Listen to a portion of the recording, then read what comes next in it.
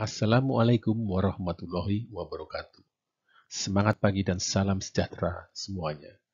Jumpa lagi kita di dalam pembelajaran Cost Accounting. Dalam kesempatan kali ini kita akan belajar perhitungan biaya standar, yaitu penetapan standar dan analisis varian. Beberapa poin penting yang akan kita pelajari dalam pembelajaran kali ini adalah: satu, manfaat dari biaya standar. Kedua, pembuatan standar. Ketiga, penentuan standar produksi. Keempat, penentuan varians biaya standar. Kelima, varians mix dan yield. Dan keenam, tanggung jawab dan pengendalian varian. Serta terakhir, alternatif metode varian untuk biaya factory overhead. Metode 3 varian dan 4 varian. Buku yang akan kita gunakan sebagai referensi untuk belajar kali ini adalah buku Cost Accounting edisi ke-14 tulisan William K. Carter chapter 18. Serta buku Cost Accounting A Managerial Emphasis edisi ke-15 tulisan Charles T. Holmgren, Srikan M. Datar, dan Madhav J. Rajan. Sebelum kita belajar mengenai standar costing, kita perlu memahami dulu apa itu istilah standar. Secara umum, istilah standar diartikan sebagai suatu norma atau suatu tolak ukur, benchmark, dan biasanya digunakan sebagai pembanding yang mengindikasikan suatu kualitas minimum yang harus dicapai. Sebagai contoh adalah standar nilai kelulusan. Ada standar nilai yang harus dicapai oleh mahasiswa sebelum dia dinyatakan lulus di dalam suatu mata pelajaran tertentu.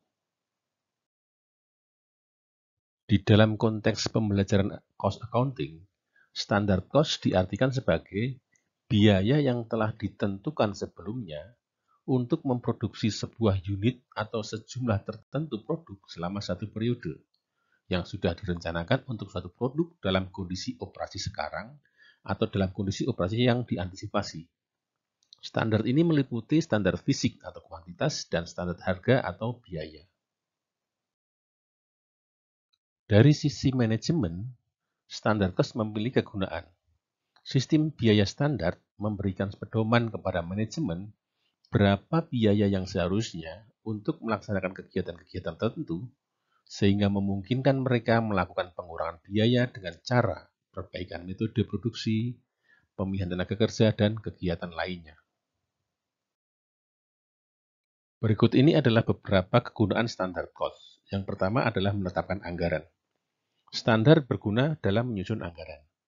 Dengan biaya standar, anggaran untuk volume dan bauran produk atau mix produk apapun dapat dibuat dengan andal dan cepat. Keandalan ditingkatkan karena standar didasarkan pada analisis dari proses produksi.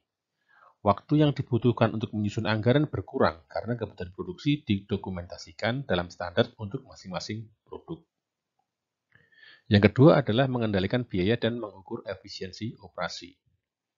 Biasanya standar menjadi cita-cita kinerja dari bagi karyawan dan merupakan dasar untuk mengevaluasi hasil aktual dengan cara yang sama seperti digunakannya anggaran fleksibel dalam sistem akuntansi dan pelaporan pertanggungjawaban.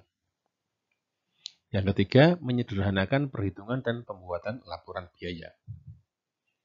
Biaya standar menyederhanakan perhitungan biaya dengan cara mengurangi pekerjaan klerikal. Sistem biaya standar yang lengkap disertai dengan standarisasi produksi. Pesanan produksi yang membutuhkan kuantitas produksi standar dan operasi tenaga kerja tertentu, beserta permintaan bahan baku, kartu absen tenaga kerja, dan jadwal operasi dapat dibuat jauh-jauh hari sebelum produksi dan standar biaya dapat dikompilasi.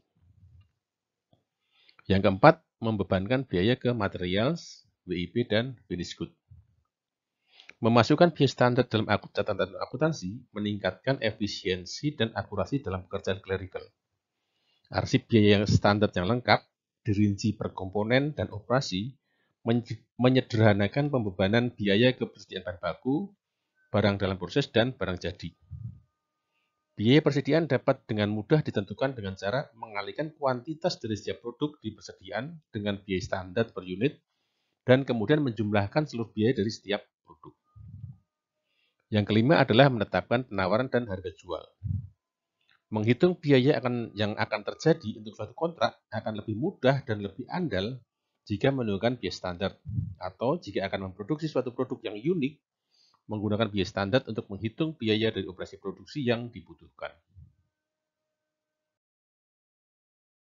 Menetapkan standar.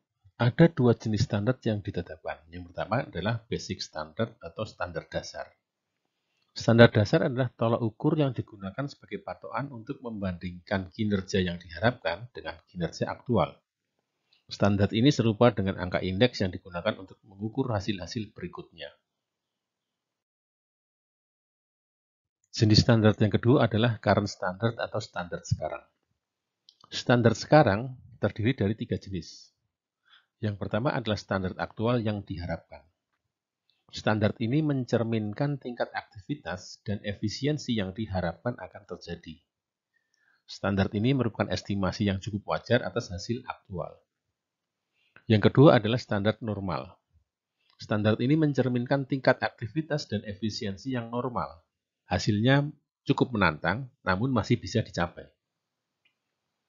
Yang ketiga adalah standar teoritis. Standar ini mencerminkan tingkat aktivitas dan efisiensi yang maksimum atau ideal. Standar ini lebih merupakan cita-cita yang dituju, bukan kinerja yang dapat dicapai pada saat ini. Ada 3 pendekatan yang bisa digunakan untuk menetapkan standar. Yang pertama adalah ditetapkan oleh insinyur industrial berdasarkan studi atas komponen produk, operasi produk, serta pengambilan sampel dan partisipasi dari individu-individu yang kinerjanya diukur dengan standar. Pendekatan kedua menggunakan tingkat rata-rata hasil aktual dari periode-periode sebelumnya. Pendekatan ini mendasarkan standar pada kinerja aktual terakhir dan kemudian memperkirakan varians yang menguntungkan sebagai kinerja yang dapat diterima. Sedangkan pendekatan ketiga mengidentifikasi bias standar yang akan didukung oleh pasar. Pendekatan ketiga ini menetapkan standar dengan mengidentifikasi biaya standar yang akan didukung oleh pasar. Dalam pendekatan ini, pertama-tama diestimasikan terlebih dahulu harga jual untuk produk. Kemudian biaya pemasaran dan laba yang dapat diterima dikurangkan dari harga jual tersebut untuk memperoleh target biaya.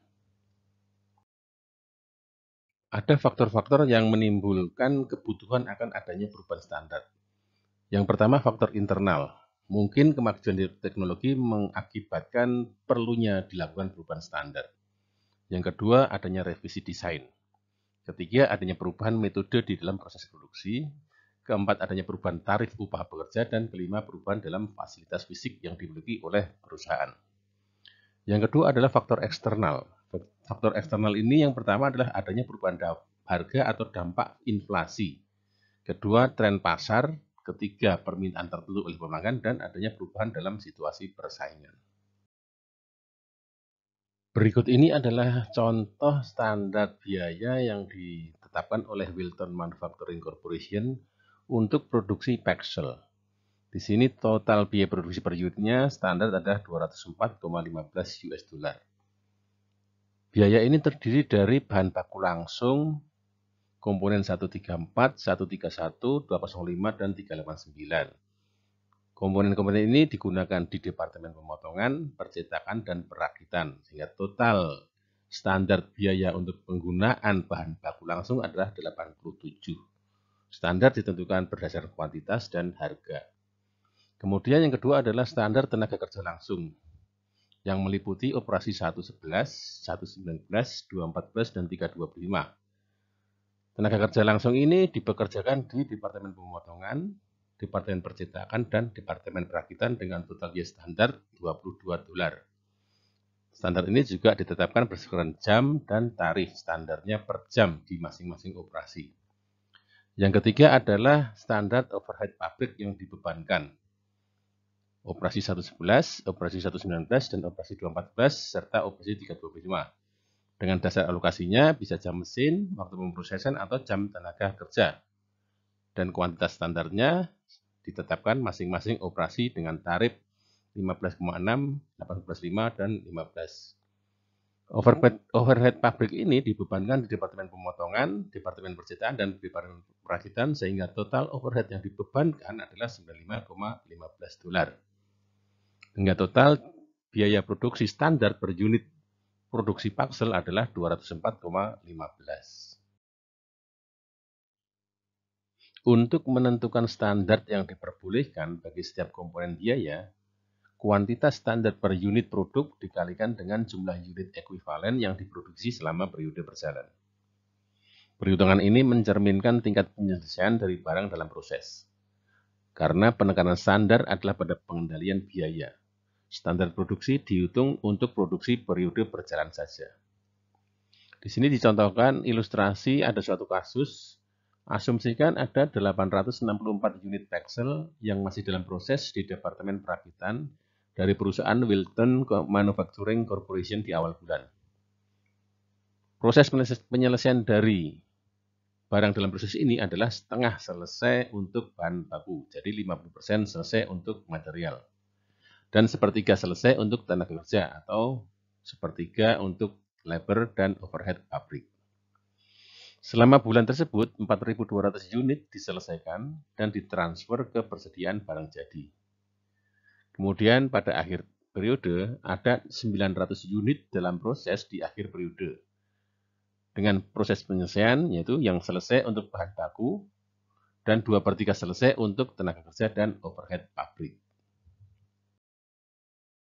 Adapun perhitungan unit produksi ekuivalen selama periode berjalan adalah sebagai berikut.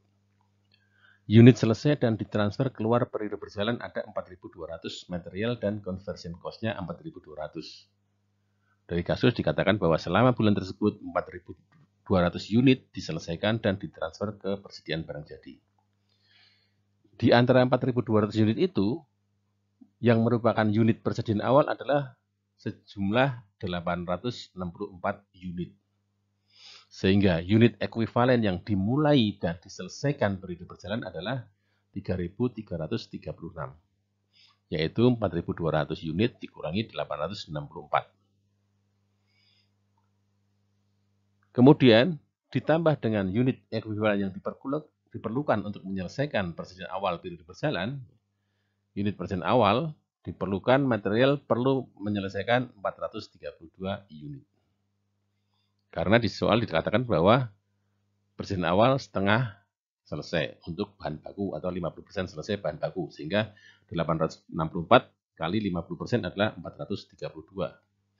Sedangkan tenaga kerja dan factory overhead telah selesai sepertiga, sehingga diperlukan 2/3 atau 576. 800 dari 864 kali 2/3, yaitu 576 unit ekuivalen. Sedangkan unit ekuivalen di persediaan akhir adalah 900 unit untuk material karena selesai untuk bahan baku, dan 600 unit karena 2/3 selesai untuk tenaga kerja dan overhead. 2/3 kali 900, jadi 600. Sehingga selama periode berjalan, unit produksi ekuivalen adalah 4.668 untuk material dan 4.512 untuk conversion cost. Di dalam kasus ini, unit produksi ekuivalen hanya memasukkan unit-unit yang bagus, unit-unit yang baik. Biaya barang rusak yang abnormal menjadi bagian dari varians biaya. Dalam kenyataannya, seringkali standar memasukkan suatu kelonggaran atau allowance untuk barang rusak yang dianggap dalam jumlah yang dianggap normal. Padahal sesuai prinsip manajemen mutu total dan perbaikan yang terus-menerus, semua barang rusak dianggap tidak normal dan ditargetkan untuk dihilangkan. Sehingga jika barang rusak dihilangkan, standar sebaiknya tidak memasukkan kelonggaran apapun untuk barang rusak. Dengan kata lain, tingkat barang rusak yang normal didefinisikan sebagai 0. Biaya barang rusak akan dimasukkan ke dalam varians atau dilaporkan terpisah sebagai biaya mutu. Jika manajemen ingin melaporkan biaya barang rusak secara terpisah, maka unit ekuivalen produk harus memasukkan baik unit yang bagus, good unit, maupun unit yang rusak. Dalam hal ini, melaporkan barang rusak secara terpisah sebagai varians mutu atau sebagai biaya mutu akan menarik perhatian manajemen terhadap barang rusak dan menyediakan insentif bagi perbaikan proses selanjutnya. Selanjutnya kita akan mempelajari bagaimana menentukan varians biaya standar. Varians adalah perbedaan antara biaya aktual dengan biaya standar. Jika biaya aktual melebihi biaya standar, maka variansnya atau selisihnya adalah tidak menguntungkan atau unfavorable. Karena kelebihan tersebut memiliki dampak yang tidak menguntungkan terhadap laba. Dengan kata lain, AC lebih besar dari SC actual cost lebih besar dari standard cost, maka variansnya adalah unfavorable atau tidak menguntungkan. Sebaliknya, jika biaya standar melebihi biaya aktual atau biaya aktualnya lebih rendah daripada biaya standar, maka variansnya atau selisihnya adalah menguntungkan atau favorable, karena memiliki dampak yang menguntungkan terhadap laba. Dengan kata lain, AC kurang dari SC atau actual cost lebih kecil daripada standard cost, maka variansnya adalah favorable atau menguntungkan. Analysis of variance di dalam standard costing dikategorikan menjadi 4 kategori besar variance. Yang pertama adalah variance bahan baku atau material variance. Selanjutnya adalah variance tenaga kerja atau labor variance. Yang ketiga adalah variance overhead atau overhead variance, dan yang keempat adalah variance penjualan atau sales variance.